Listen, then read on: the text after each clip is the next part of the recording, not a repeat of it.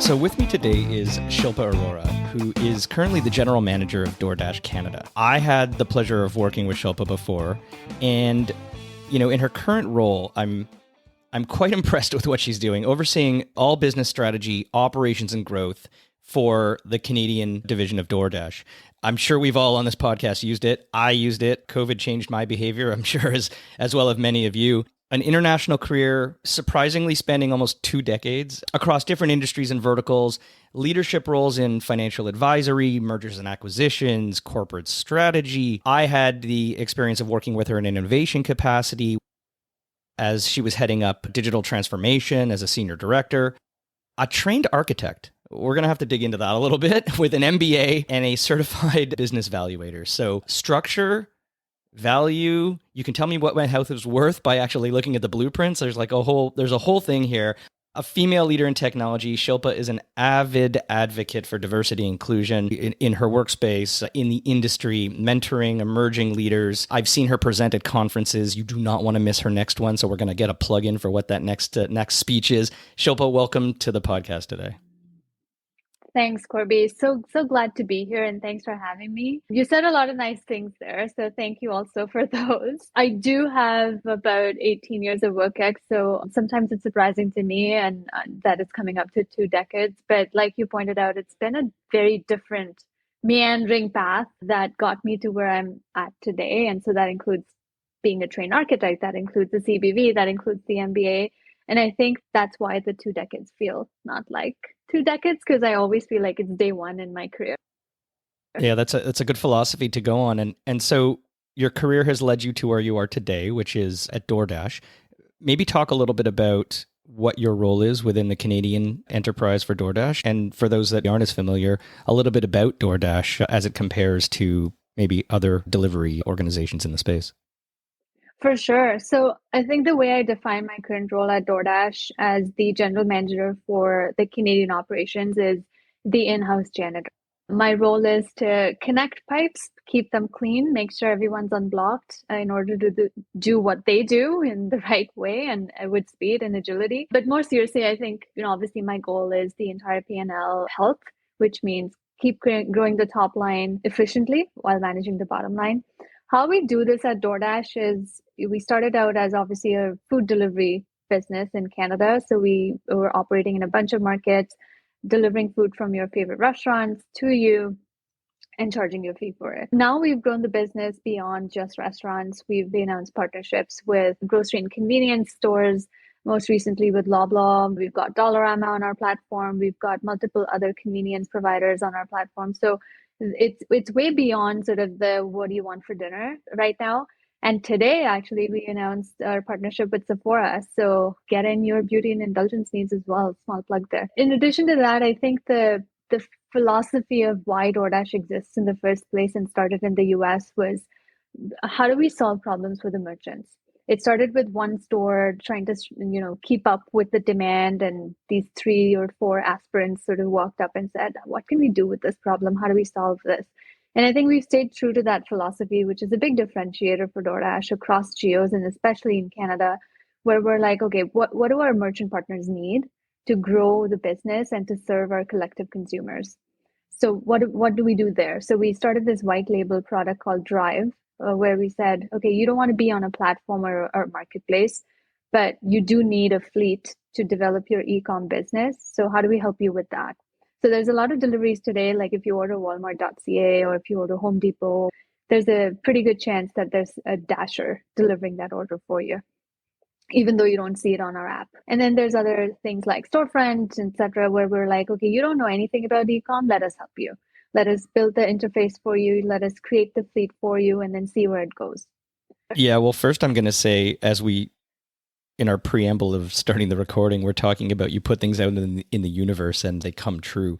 I actually always use the term janitor as well, but more in the context of you can call me the janitor as long as you pay me the salary that I want. So more from a titling, but I completely understand as a leader, your job is to really remove roadblocks, or as you say, clean the pipes and make sure that things can essentially get done. So that's very aligned. And the Sephora, I had no idea. So congratulations on that. I actually just saw a meme on Instagram, and I think it was a picture of a shocked man as he was shopping for his wife at Sephora. And it was just a really kind of comical face that he was making of like overwhelming craziness of walking into a store where he would have no idea about anything, but now he can just use you guys to deliver it. So I think everybody wins. Absolutely. Filter it with the product filters, browse through the experience. And honestly, like, we're learning how to do this. And so I always say, like, it's day zero, it's always a beta product. We're always trying to make it better. So now that you know about it, Corby, go shop and tell me Well, how you it is. said make it better. And I think that's really the new theme of what I've been trying to do since relaunching the podcast. And so I actually think I'm going to reverse order on how I generally go with this, because what you just described in the evolution of DoorDash, thinking about a business that was working, no major problems. I mean, you've got competitive sets, you've got pricing challenges, et cetera, but so does every business. But you still found a way to innovate and expand. And as you talked about, taking a single function business platform to a more white labeled enabled fleet capability, to a software platform, to a multi-brand, multi-business, multi-vertical delivery capability. When you think about that, and maybe think about other areas of your career, different organizations, different times, how do you actually keep your team motivated to say, you know what, even though things are actually going well, we still want to carve off time, effort, focus, and energy to still iterate and try and find things to make better? How do you manage that? Because often organizations are like, why would I invest in something that's working? I should go fix the stuff that's busted. Yeah, great question. I think, like all of us, I pride myself in being green on the goals, right? The things are going well. I'm hitting the targets. Like, great, let's go out. But there's always this hunger to go dark green, and I've seen that more in places like DoorDash than some of the other more established industries or organizations, and that's really telling of a little bit of the culture of how things operate. So, how do you get dark green is only when things are going well, right? This is exactly the time when you find those opportunities because you aren't fighting a war, you aren't scrambling to fix something or get the red to the green and so on. So, I think, if I look back, my last two jobs, including DoorDash, have been very local market based businesses that were doing well. And I pushed around to see if there's, any reorganization that we can do in our thinking, whether it's around capabilities or functions, and see even better results, right? So, for example, when I joined DoorDash, there was this theme around, hey, we operate in this X market. Ontario is a great market to focus on, dense population, etc. Let's go win this one. Let's go all the things that will help us go win Ontario. And then we did meet the targets that we wanted to meet. And then I was like, now if we kind of reorganize our thinking instead of going in what's the next market to go win, can we look at it as, can we win one part of our flywheel everywhere and reorganize our thinking that way? And I think that allows us to become more creative and, think about things like, does that mean now if merchant ops is that chosen function, does that now mean that I need to go solve for a white label fleet? Or I need to go solve for a better POS integration product, or I need to go, do something else. Like, I don't know, help them in hiring, which we did over COVID, or like source better plastic containers or something else, right? And really take a functional lens that helps us innovate. The other thing, it's very important. You mentioned this around motivating the teams and understanding how people operate in that environment, the green environment, so to speak. I think it is to create the psychological safety for teams, right? We look for pulse checks and surveys and stuff for things like that. But I think that the will and hunger to go dark green is a good indicator for me on how psychologically safe the teams feel in taking risks and bringing ideas and being okay with failure. And I think the way I've done that in the past is leading by example and being vulnerable and saying, can we do it this way? What happens? And if it doesn't work, that's okay. Because we were green, we're fine. And one of the words that I use most frequently when new hires come on board is, I'd love if you could be reckless. Use your first 90 days to try and do things and break things and change things and do all of that. And I think that's where a lot of the energy comes from. And that's where a lot of the, frankly, the will to do something different and think about something from a fresh perspective comes from, and leads to better debates, better discussions, and better outcomes.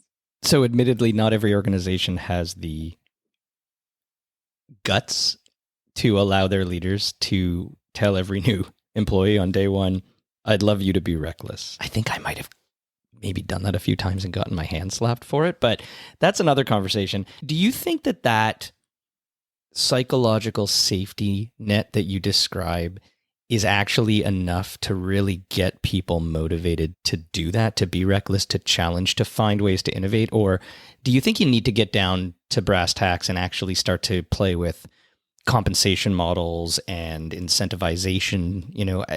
Can you do it with psychological safety? Can people really feel it, or did they need to feel it in their wallet? It does vary by role, right? So if I need to do something reckless, and I might get slapped on the wrist too. But if I ask the sales teams to go do something reckless, their compensation structure today lends a conversation about how am I going to get compensated for it. If I provide the safety for someone who's in strategy or ops, or doing some grassroots operating tactical in the trenches work, there it is enough to provide the energy. It is enough to provide the will to see the green turn dark green, which then in turn raises everyone's rewards at the end of the day. So it definitely varies, but I think in the work that I've seen most closely, there's some frontline capacity that you have to manage slightly differently. But the psychological piece, I think, just permeates to everybody. I think culturally, being in an environment that somehow rewards, and it doesn't necessarily need to be monetary compensation, but pats on the back, the Friday afternoon notes that just highlight the accomplishments of the week. And even if the accomplishments were learning the things that we shouldn't do again, that in and of itself is an accomplishment. And so then maybe flip back to the other question, which normally I ask first, which is, you've walked into a bunch of different industries and organizations over 18-ish years. There's obviously things that when you either start or have been there a while, you identify as challenging, problematic, maybe not as efficient as they could be. How do you, when you look back, think about any of those situations where you really identified something that wasn't humming, wasn't, according to you, at least as good as it can be, a product, a process, something in the structure? And how did you address getting the buy-in to make that change and really get people to focus on it? Yeah, another great question, Corby. I like to believe that I'm usually brought in to spark change, so that's kind of my job description. But I think of a couple examples that stand out. I think the one is I've spent a lot of time in internal strategy teams. So whether that's corp strategy, corp dev, some BD, and then strategy liaison, at for example, at CIBC leading transformation. So think of that as a more internal consultant type role in a lot of places. And usually I noticed that when we tended to get busy was when either the core day-to-day ops teams didn't have the bandwidth to do something, or it was a completely net new to the run rate situation where it was an inorganic, partnership or merger or acquisition or something, or it was some sort of hey, we don't even know how to begin here. We don't know who the rightful owner is. So like this team needs to go run with it. And I thought that was a gap, right? Just structurally on what the team of generalists that this strategy team tends to be was utilized for was a gap. And so one of the things that I started to do at both CIBC and Loblaw was that how do we get people on this team start to get more engaged with the operating team? And so what that was, when you participate in the execution and operationalizing of your ideas along with the day-to-day teams, that gives you a granular and trench level empathy and appreciation for how things work. And that in turn actually makes you better at shaping the 10,000 and the 50,000 foot level big picture thinking. So, the appreciation for the, omni-channel strategy or the call center ops or the frontline partnerships on the personal banking side lent itself to a more crisp direct banking strategy when I got there. So I think that's the kind of thought process and structural understanding that I was able to bring. The other thing is visibility. So, this is an example from my time at Loblaw when there's a bunch of strategy teams across the different business verticals and functional and shared services, etc. And from my seat at corporate strategy, I worked with every single one of them, but I started to notice gaps in the appreciation for each other's work in that group. And so I created a forum, which was kind of like a roadshow of everybody, talk to each other about what you do, make your presence felt, make your work showcased, celebrate the wins, and share and learn from each other's in terms of best practices, whether it's people, whether it's projects or whatever it is, or technology. And that becomes apparent when organizations gain scale. And it's important to create more and bigger bridges across these important teams. And so I think those are the two things that I've stayed consistent with in managing everywhere I went, because I feel like, there's data that we can make data-driven decisions from, and data always wins arguments, as they say. But if there's likable correlation of data, that leads to business collaboration and less arguments and makes the corporate strategy job easier. And in my janitor role, like that just makes the unblocking It easier. sounds so simple to conceive of engaging a strategy team in the day-to-day operations team, because quite often you do find you go into a company and it's like, oh, we have a corp strat team and they're going to build a deck and tell you where we should go, and they have no concept. And it could be, something as simple as everybody in an organization, whatever role, whatever level, whatever capacity, should spend a day or a week doing the in the shoes job, right? Work in every customer touch point.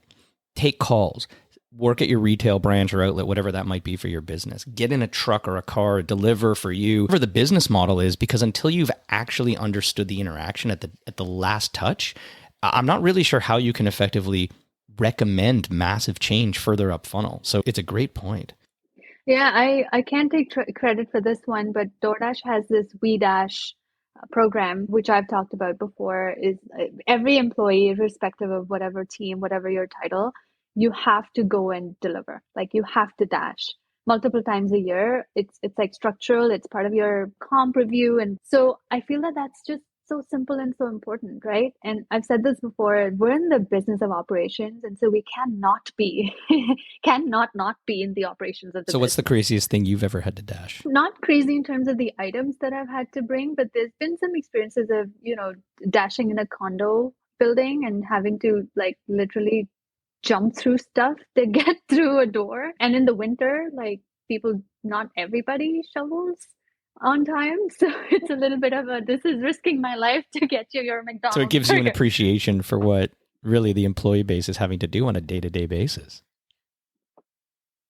100%, 100%. Because I'm sitting over there going like this order should have been completed 5 minutes ago. What's taking so long? And when you actually do it, it's like, yeah, I was moving snow out of Moving my snow way. and the extra pickles. That always does it. You got to wait for the extra pickles. You That's talked about true. Sephora. We got a little bit of background on the evolution of the business to date. Congrats on that announcement.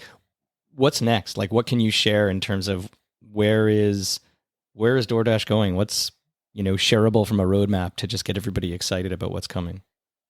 For sure. I mean, obviously can't get into a lot of the details, but what I can say with a lot of confidence is that ecom is undeniably here to stay. We're seeing that from the evolution coming out of the pandemic. I don't know, we've both been sick or we've had sick kids for the last little while. So I don't know if this is the new normal, but we're obviously different than we were, 8, 10 months ago in heavy restrictions and lockdowns and so on. So it's interesting to see that demand and the fit for this product has stayed, and consumers are actually believing in the convenience that we bring to them and continue to order more with us and continue to tell us what else they want. And so I think for industries like ours, and especially for DoorDash, it is all about how we offer and continue to offer what the audiences need from us, right? It could mean more omni-channel offers for the consumers. And one example is our partnership with Loblaw, where we have rapid, we have same day, we have within hours.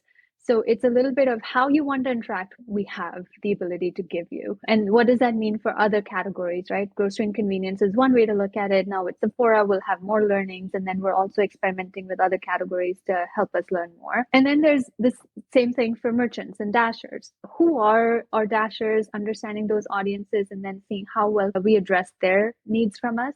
Same thing for merchants. Like Drive is one example of, a need-based product development that happened at DoorDash. And we're working with other innovation pieces as well. And it's similar thought as what is the macro environment telling us and what is our audience telling us? So obviously affordability is a big theme, right? Getting folks back into the workforce and having the kitchen capacity raised for some merchants is a big theme. So how do you address that systematically versus a, hacky Band-Aid project is the stuff that we're looking at. And then honestly, like innovation never for the industry either, right? If you go back and look at 3 years ago to where we're at now, we like to call the pandemic our chief transformation officer, but there was a lot of transformation happening anyway, right? If I talked about rapid delivery, but we actually also launched a drone delivery. So the first drone delivery was made in Australia within 15 minutes. And it's actually a fun video. It's all about delivering Vegemite and butter for brekkie. Really fun to see how that operationalized. And we're doing cross-country deliveries. So if there's something that's famous about Chicago, you get that in California through DoorDash. We did a food truck partnership trying to help our merchant decide where to open their next location. We're doing ghost kitchens. But truly, this is at the beginning. And I honestly feel that as we, address the macro trends of trying to become a more efficient business as an industry, frankly, there's definitely hunger to keep innovating. So you'll see more. I think back to a conference probably 3 or 4 years ago, right before the pandemic, and I had an opportunity to see the CMO for, I believe is the largest pizza chain in the world out of the US, without naming names. And one of the things that he was presenting was they had innovated the delivery capability to the point where it didn't have to have a physical address. You could literally mark me where I am right now to get my pizza. Example, you're with your friends, you're hanging out playing football on the beach. There's no discernible address, but I want my pizza. Not a problem. We can find you. So I'm going to challenge you. I want a drone to follow me with some Vegemite and a sandwich for breakfast. And we're going to run around the city in my car and see if that drone can find me. But I mean, you can just obviously think of all kinds of possibilities. So that's, thank you for sharing. And it's really, it's an interesting roadmap. And, I think as the in-house janitor for DoorDash, I look forward to seeing how you help the organization innovate and succeed on those things. So thanks for sharing that. And, with that, great learnings, putting people in the shoes of all of the different customer touch points, trying to create a psychological safety ecosystem to really get people to innovate and break things, be reckless. I'm so happy you've landed in an organization that actually rewards and facilitates that kind of thought leadership. And so congratulations on that. And again, Shilpa Arora, janitor for DoorDash Canada, thank you so much for spending some time with me today. Thanks so much for having me, Corby. You've been listening to Fine Tune. If you haven't done so already, please subscribe to the show wherever you get your podcasts. You can connect with me on Twitter @CFine, through LinkedIn @CorbyFine, or visit my website, corbyfine.com.